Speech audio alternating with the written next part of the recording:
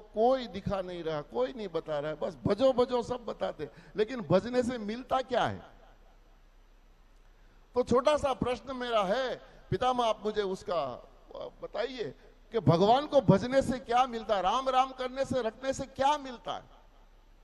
तो ब्रह्मा जी तो मौन, ब्रह्मा जी ने कभी कहीं कथा की हो ऐसा इतिहास भी नहीं है आज तक में। ब्रह्मा जी ने अपने सिर के खजुली करी और नारद को कहा, नारद तेरा प्रश्न बहुत अच्छा और मैं वो जानता भी हूं, लेकिन उनका उत्तर तुझे प्रत्युत्तर नहीं दे पाऊंगा क्योंकि मैं कथाकार नहीं। कथाकार जो होता है, कथाकार का विरुद्ध क्यों कैसे मिलेगा? जानना ये बात अलग है, लेकिन दूसरों के जहान में वो बात डाल देना, वो जो कला होती है उसको कथाकार कहते हैं।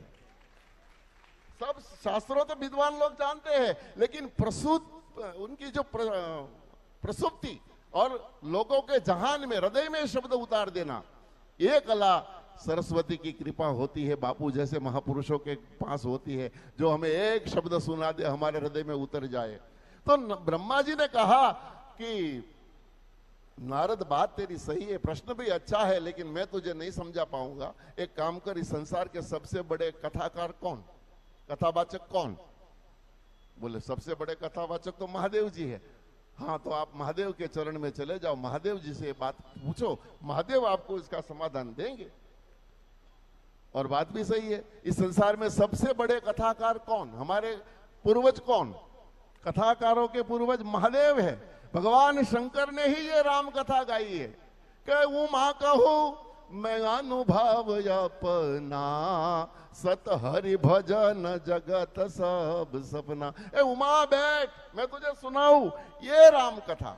और वही भगवान शंकर सुखदेव बनकर के इस संसार में आए और संसार को भागवत की कथा सुनाई। ये भागवत सुनाने वाले भी महादेव है। महादेव के बिना इस संसार में कथा असंभव है। तो भगवान शंकर के पास नारद जी, में टाइम बहुत नहीं लूंगा, नारद जी गए और प्रणाम करते हुए, नारायण नारायण प्रभु, छोटा सा प्रश्न पितामह को किया, पितामह ने आपका एड्रेस दिया, आपके पास चला आया, मुझे छोटा सा सवाल है। सब बोलते हैं भगवान को भजो भजो भजो, लेकिन भजने से मिलता क्या है वो तो कोई नहीं दिखा रहा, आप कृपया बताइए। भगवान शंकर ने कहा, नारद बताइए, शब्द का दो अर्थ होता है, देखना है कि सुनना है। अब नारद हैरान, नारद ने सोचा कि मैंने तो सुनने के लिए पूछा, लेकिन देखने का अवसर मिल जाए तो फिर देख ही लेंगे। प्रभु देखना है। बोले देखना हो तो यात्रा करनी पड़ेगी, सुनना है तो बैठो अभी 2 मिनट में सुना दूं। बोले नहीं, अब तो देखना है। बोले देखना हो तो यमराज तक जाओ, यमपुरी में तुझे यमराज भगवान का नाम का महिमा सुनाए दिखाएगा। और नारद जी ने पहले तो सर कुटा के कहा ब्रह्मलोक से यहाँ कैलाश और कैलाश से अब यमपुरी, लेकिन इतनी यात्रा की तो और भी सही भगवान का नाम का महिमा देखने को मिले तो देख ही लेते। नारद जी सीधे गए यमपुरी में, यमराज ने स्वागत सम्मान किया और प्रणाम करते हुए पूछा, प्रभु आप कभी पधारते नहीं, आए तो हमारा यमलोक तो पवित्र हो गया, लेकिन पधारने का प्रयोजन क्या? तब नारद जी ने कहा, छोटा सा प्रश्न पितामह को किया, पितामह ने महादेव जी से, महादेव जी ने आपका नाम दिया। छोटा सा प्रश्न है, सब लोग कहते हैं भगवान को भजो भजो भजो, लेकिन भजने से मिलता क्या है वो कोई नहीं दिखा रहा है, आप मुझे जल्दी दिखाइए, महादेव जी ने मेरे को भेजा है। यमराज ने कहा, प्रभु बहुत अच्छा प्रश्न है, लेकिन ये मेरे दरबार में बैठे बैठे आपको नहीं दिखा सकता। तो बोले इसके लिए यात्रा करनी पड़ेगी। नारद ने सर कूटा, कितनी यात्रा होगी? ठीक है चले महाराज, मेरे पास समय नहीं। आगे यमराज, पीछे नारद। यमराज नारद जी को नरक में ले गए। हमारे यहाँ 27 प्रकार के नरक का वर्णन शास्त्रों में, भागवत जी में भी है, सभी शास्त्रों में दिखाए हैं। और मैं अपनी भाषा से कहता हूँ, जैसे अल्फाबेट के 26 अक्षर है A to Z, वो सबको आता है। तो इसी प्रकार के पाप का कैटेगरी है, A B C D जैसी कैटेगरी, उसी प्रकार के नरक हमें प्राप्त होते हैं। लेकिन 27 का जो है ना, वो डबल Z कहा जाता है, उसको रो नरक कहते हैं, वो डबल Z है।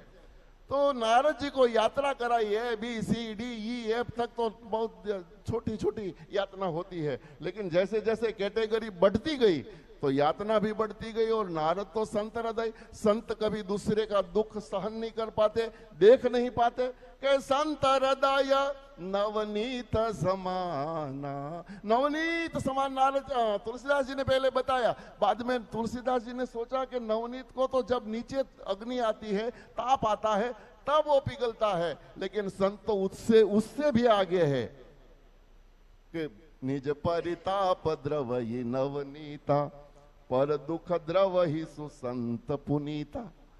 दूसरे पे दुख हो और वहां बैठा बैठा जो पिघल जाए वो संत होता है। तो नारद तो संत हृदय रोने लगे, जोर जोर से आवाज करने लगे, श्रीमन नारायण नारायण नारायण करते करते करते। लेकिन यमराज ने दौड़ लगाई, नारद पीछे पीछे आंख बंद करते करते देख नहीं पा रहे थे, तो पीछे पीछे दौड़ गए और यमराज का हाथ पकड़ करके गुस्सा किया, तेरे को मैंने भगवान की नाम की महिमा पूछी और तू मुझे नरक में ले आया, मुझे यहां से जल्दी बाहर निकाल, मैं ये नहीं देख पाऊंगा, मुझे जल्दी बाहर निकाल। उस वक्त यमराज खड़खड़ाहट हंस रहे थे।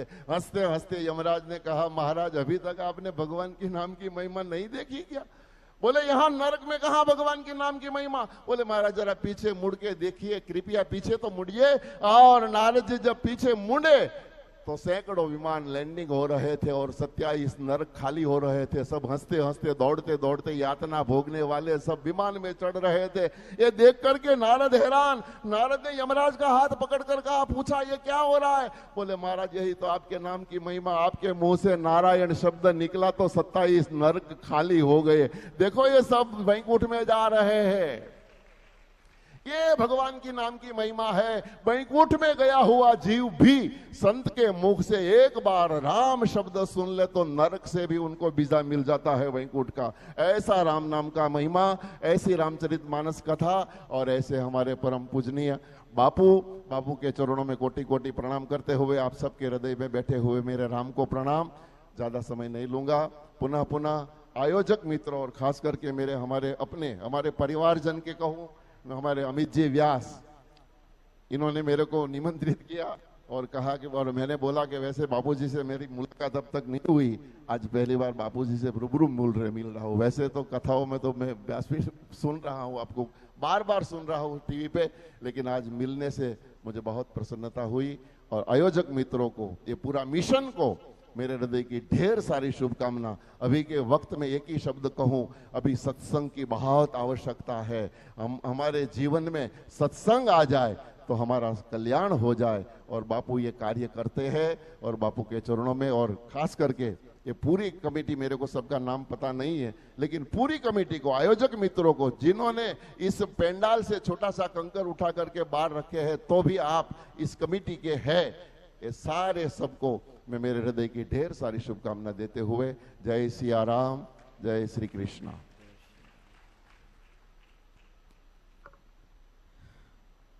बहुत बहुत धन्यवाद व्यास जी, आपने नारायण नाम की महिमा, राम नाम की महिमा हमें बताई और नरक से भी वीजा लेकर के हम नारायण धाम पहुंच सकते हैं।